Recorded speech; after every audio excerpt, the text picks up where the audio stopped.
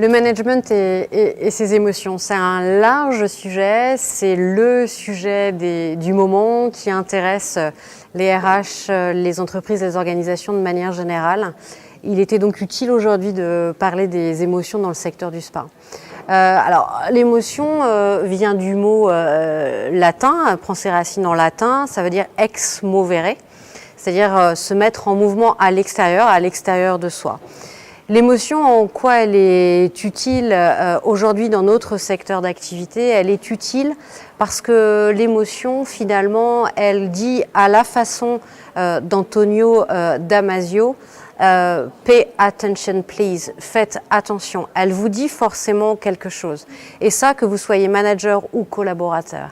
Elle vous dit, attention, il y a quelque chose qui se passe chez toi et elle donne finalement un message. Alors, ce qui est intéressant de comprendre, c'est que dans les émotions, il y en a 4 primaires, on va les appeler comme ça. La joie, la tristesse, la colère et la peur. À chaque émotion, elle dit un message. La peur va vous permettre finalement de combattre ou de battre, ou de vous battre en tout cas. La joie va vous permettre de vous mettre en mouvement autour de la créativité. La tristesse, quant à elle, vous parle d'une nécessité de faire le bilan, d'une nécessité de comprendre peut-être qu'il y a un deuil à faire sur quelque chose.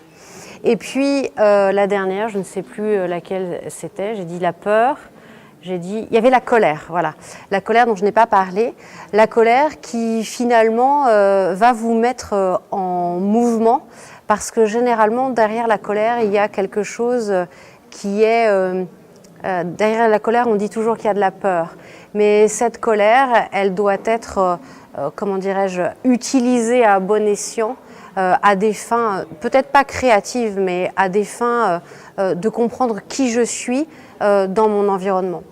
Il est intéressant aussi de comprendre que l'émotion, elle doit être identifiée. D'accord, peur, colère, joie, tristesse, identifiée pour soi en tant que manager, mais aussi pour ses collaborateurs. L'émotion, il est intéressant aussi de comprendre qu'il faut simplement l'accueillir, accueillir son émotion sans la juger.